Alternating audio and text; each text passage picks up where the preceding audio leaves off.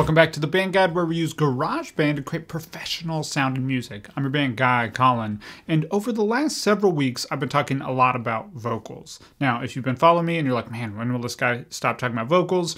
This will likely be my last video about vocals for a while. And if you're looking for more resources on vocals, then check out my channel. I've talked a lot about vocals recently. And one of the main questions that has come up is, do I treat my background vocals or my backing vocals the same as my lead vocals when I'm mixing them?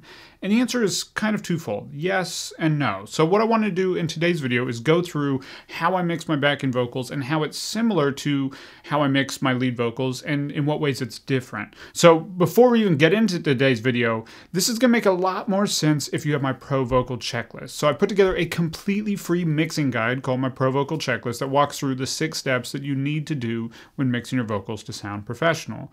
Now, what we're going to be talking about in this video is going through those same 6 steps, but I'll break down individually where some differences might lie when I'm mixing backing vocals compared to lead vocals. So be sure to download that free guide from the link in the description below. It's really going to help you out when you're mixing your lead vocals and give you some good perspective when mixing your backing vocals. But let's go ahead and get into today's video and start looking at how we're mixing backing vocals differently from our lead vocals.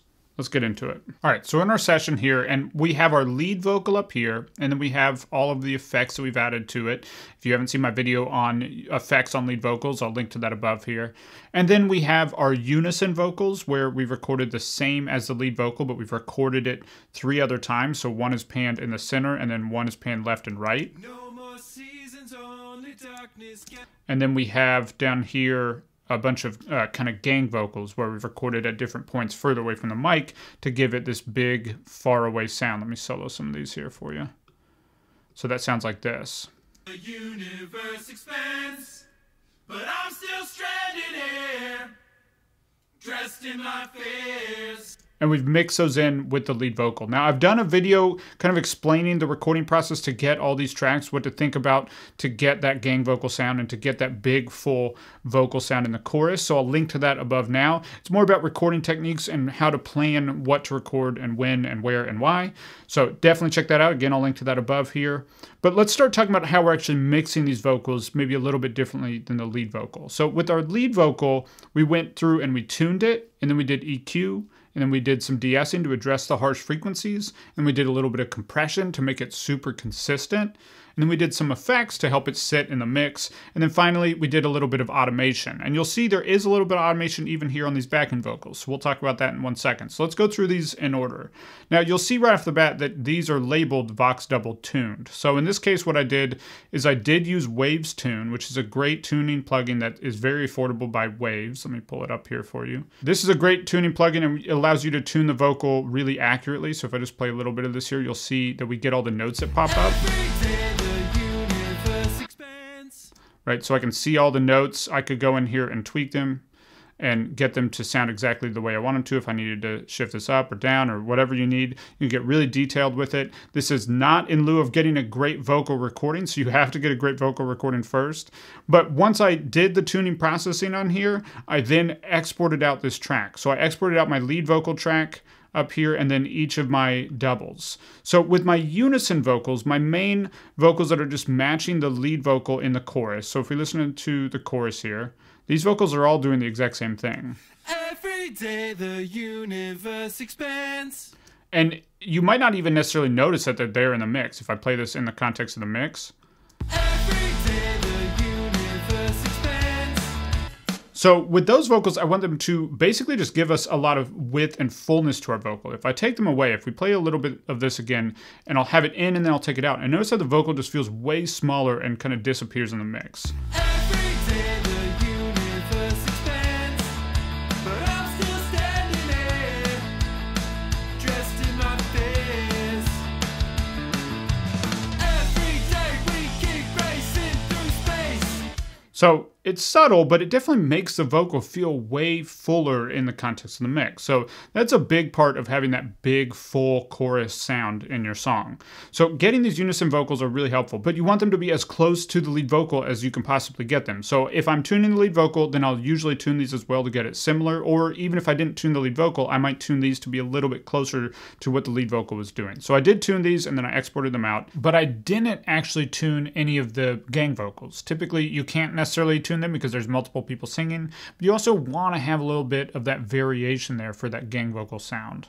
And then I did some EQ. But my EQ here looks a little bit different. It's still generally the same on my main double. So this one is just panned up the center. If you listen to this here, this is this one. Every day the universe expands. And this one is very similar EQ, but I'm not doing any boost up in the top end. I am adding a little bit of body, so it has some nice body to the low end. It's kind of almost a dark sounding vocal. The universe expands. But that gives a little bit more body, so it helps fill out that sound. But I'm not adding anything in terms of brightness here. Now, this vocal is already fairly bright, so that's part of it. But the other side is that I actually want to tuck this vocal back in the mix a little bit more. If I add brightness, then it makes it feel like it's closer to the listener.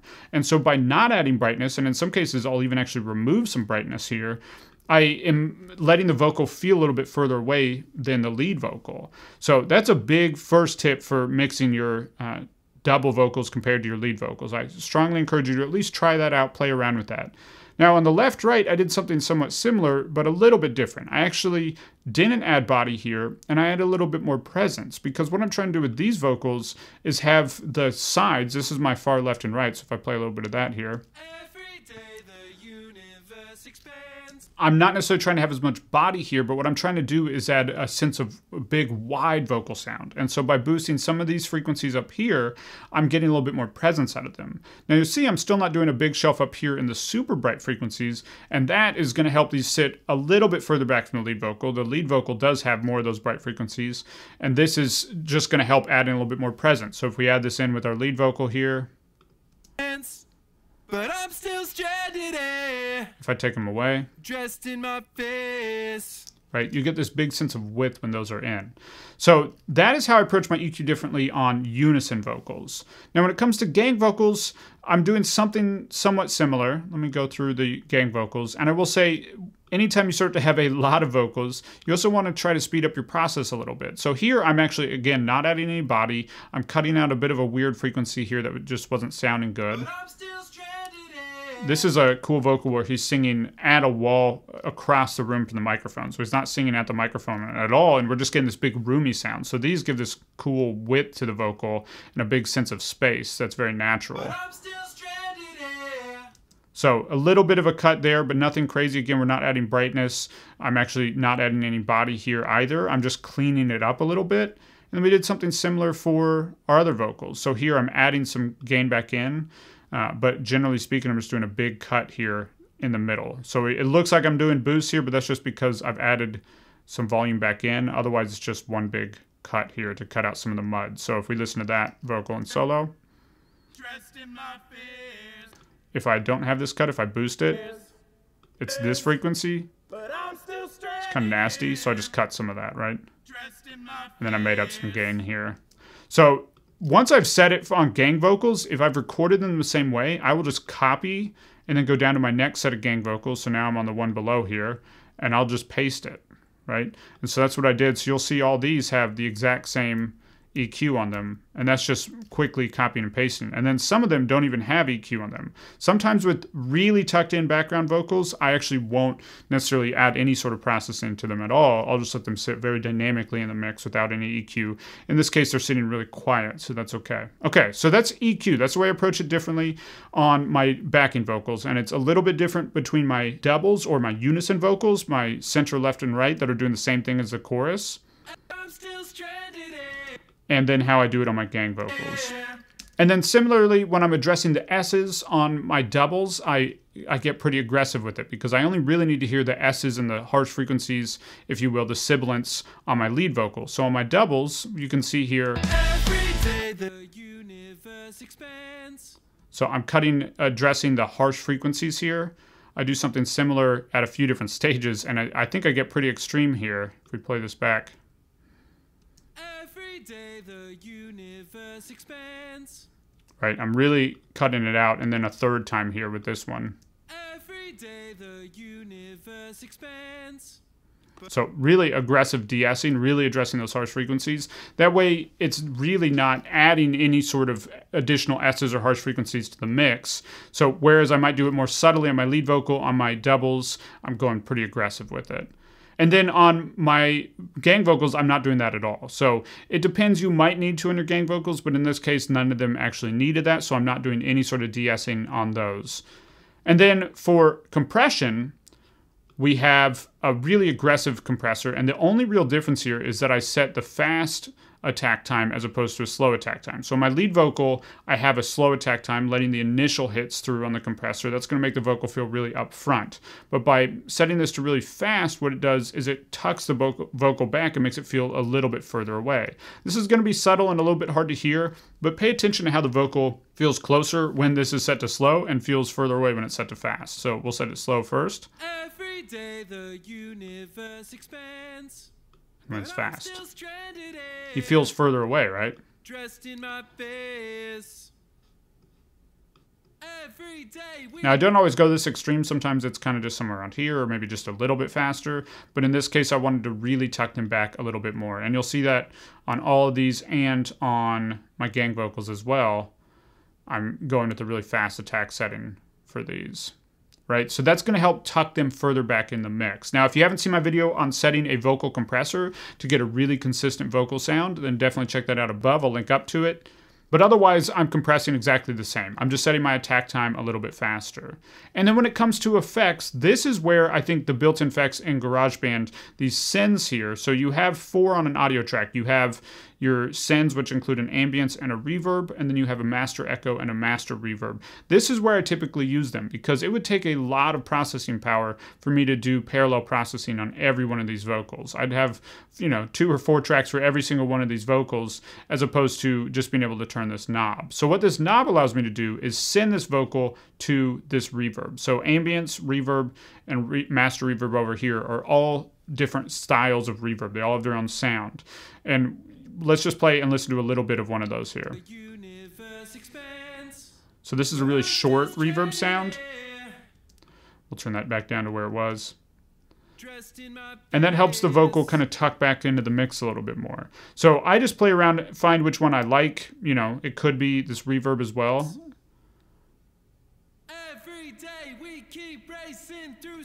But in this case, I like the shorter ambience reverb. I felt like that worked better. And then if you need to edit it, you can just right-click or hold Control and click on it.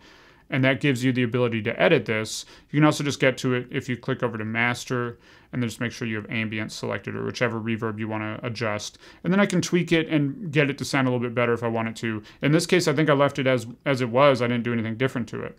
But then I can send all these vocals to that same exact ambience track. So there's only one ambience reverb track, just to be clear. This one on the second vocal here is the exact same ambience as the one on this vocal. So if I make any adjustments on it, if I click here and edit it, then it's going to be edited for both of them. So I can go through and I can just dial up how much reverb I want on each of these tracks. And I'll do the same thing with my gang vocals down here. So with all of these far vocals, with these ones that are really roomy sounding, I actually didn't do any because these are just, they sound like they're in a room already. So I didn't do any reverb on those, but then on all these other gang vocals, I did spend a little bit of time playing around with different effects. And I end up using a little bit of both the ambience and this reverb send here. So this is where those come into play for me because I don't necessarily need as much control as I do on my lead vocal. So I don't do as much parallel processing as I would on my lead vocal. And parallel processing, if you haven't seen the other videos, is just where you duplicate your lead vocal track and then you add effects that are just completely that effect. So here I have the stereo slap delay. I have a tape delay. I have a reverb. And I have a long delay. And I can really tailor these up and down at different points in the mix, so I can automate these to come up and down in volume. Like in this verse here, I can have this long delay come up just for certain words. The volume come up there.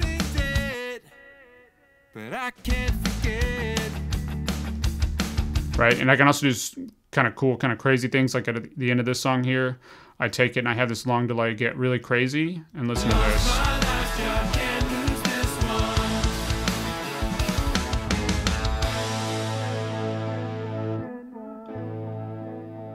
So it just repeats and repeats and repeats, right?